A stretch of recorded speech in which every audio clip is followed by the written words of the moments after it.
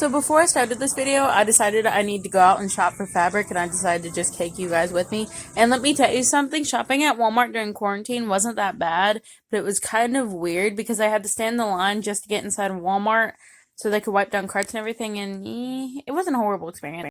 So now, honestly, this is ridiculous, people. Come on. Please just be thoughtful of other people. This is horrible. Side note, from there being no toilet paper, I picked up this super cute bee print for my shop, and I think it's super cute. What do you guys think? I think it's adorable. I also got this sailor print, which I think is very cute. It's really cute sailor print, arm chain thing, or whatever you call those, I forgot what those are called, but I got this bee print, and I got some new mechanical pencils because I'm completely out of pencils for some reason. I got the big boy bag of the polyester fill and all that ginger. So after grabbing a much needed snack at Walmart, because I hadn't eaten all day, I decided to check out and head on my merry way to come film some creation of face masks for y'all. I also bought a new pair of Fiskars scissors that I needed really bad. Hey everybody, it's Shade Designs, and today we're going to be looking at face masks. Also, what do you guys think of this lip color? Is it cute on me? Is this makeup cute on me? So this is a face mask I'm going to be showing you how to make. I'm not sure how bad the audio is with this on, so yeah, it actually looks just like this. It can pull down to cover your entire mouth. You can unhook it, and it will fold if you so desire it. It folds up like this, like the medical doctor mask you see people wear. And disclaimer, this is not a full-on doctor mask. I don't know what I'm doing. I am a high school kid. So here's the fabric I chose. It is this light pink handkerchief pattern, and I forgot to record me cutting this out, but my pattern's dimensions are 6 inches high and then 9 inches long. This might be a little bit big for your face right now, but once you fold it and stuff, it'll actually be the right sizing. So yeah, you're going to need not one, not two, but you're actually going to need 3 pieces, 2 for front and back and 1 for the middle to serve as a barricade. And yes, this right here is my beautiful little tape measure. I only bought a half a yard of this fabric, but if you're going to make multiple masks, I've made 2 using this fabric so far, including the one I'm recording right now. So if you're wanting to make like 3 or 4, and I was stupid and didn't buy a cheaper lining for the middle, so I suggest a whole yard instead of just a half a yard. A little bit of a pro tip when marking your fabric, if you're just marking the inside of it, I just use my old Wet n Wild pencil. I can't get it to sharpen anymore, so I just use this to mark my fabric with. So I'm not sure if this washes out or not, but I don't really care since it's just going to be on the inside anyway, no one's going to see it, and you just roll it on there and I can see the little dot. You can also do this with other makeup products, or you can just use chalk, but I didn't have any on hand and I couldn't find any to buy because I can't stay that long in Walmart while in quarantine, so I'm just using what I got. This is going to be such an awkward video because I'm recording one-handed because I don't feel like setting up my tripod. So, what you're going to do is you are going to take your pieces of Fabi-Rock and you are going to lay 2 the same facing way together. This will serve as your outer decorative layer. This will be your middle layer. And then this layer back here, which will face the opposite direction with the print showing, this will be your back decorative layer. So let me go ahead and set this together. So as you can see, our 6x9 pieces are both facing together on the same way.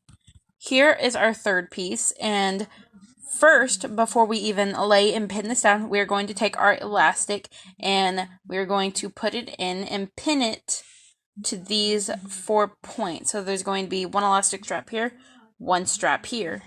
Here is the smallest elastic I could find from Walmart. I think it's about 1 centimeter wide. But I'm going to use about 7 inches of elastic. This might be needed to custom fit to your needs, but I found that 7 inches is 6 to 7 inches is a good fit. So I'm just going to measure it out and cut me off 2 pieces, 1 for each side. Alright, so the first time I actually messed this up when I was doing the straps, I accidentally pinned them the wrong way, so that when I sewed them, they were facing inside out, so I had to cut them out and re-sew them back on. So what you're going to want to do is you're going to actually want to pin both sides to this and make sure it doesn't curl or anything, because that's going to be very irritating later. So let me go ahead and show you. Okay, so this is how I'm going to pin down the elastic. I'm probably doing this wrong. I'm hoping not, but I'm probably doing it wrong again. But I made sure that it doesn't, twirl around and all that. So now I'm going to lay my third piece of fabric, right sides facing together, and line it up on each side and pin this down, and then give me just 1 second. So if you guys actually like this video, please consider leaving a like and subscribing for more. I post every Thursday, Friday, and Saturday at 3:30. And if you guys have any complaints about the timing, let me know. I'm still trying to figure out how I want to do my YouTube channel. But yeah, if you guys like this tutorial, leave a like so that I know I should do more. Okay, so as you can see, I have the fabric right side facing the other side, and I pinned it down on all 4 sides here. But we're actually not going to sew this little pocket right here. We're going to sew a straight stitch on all 4 sides and pasting the pieces together, but we're going to leave a gap right here so that we can flip the piece inside out afterwards. And you're going to want to absolutely make sure that you back stitch to make sure that your straight stitch doesn't come undone, and you're going to want to sew a couple of times over the elastic just to make sure that the elastic is not going to give way. So the sewing machine I use is the Singer Advanced. I'm actually not that great at sewing machines. I'm still learning, and my straight stitch is still a little loose, even though I have the straight stitch settings on what the internet told me to be. I have it on 2 and then a 0 for the width of the stitch, and then I think that's the spacing. And then here I have it on auto for the thing right here. It's just sometimes my stitches come undone and they just don't stay tight. So if anyone knows what I'm doing wrong, let me know down in the comments below, because I really would like to know what I'm doing wrong.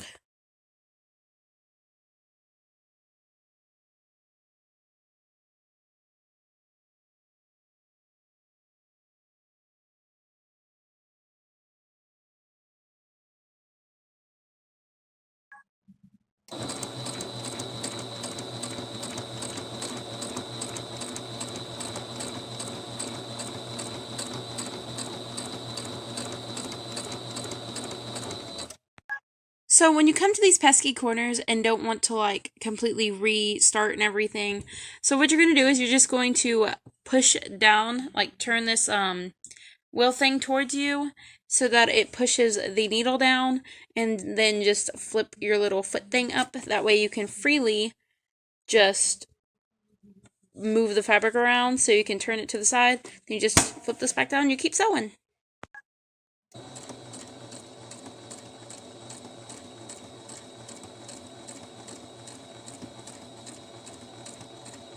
Okay, so once you come all the way around the 3 corners and you come to the 3 sides and you come to the 4th side, you're only going to want to sew halfway up the side before stopping.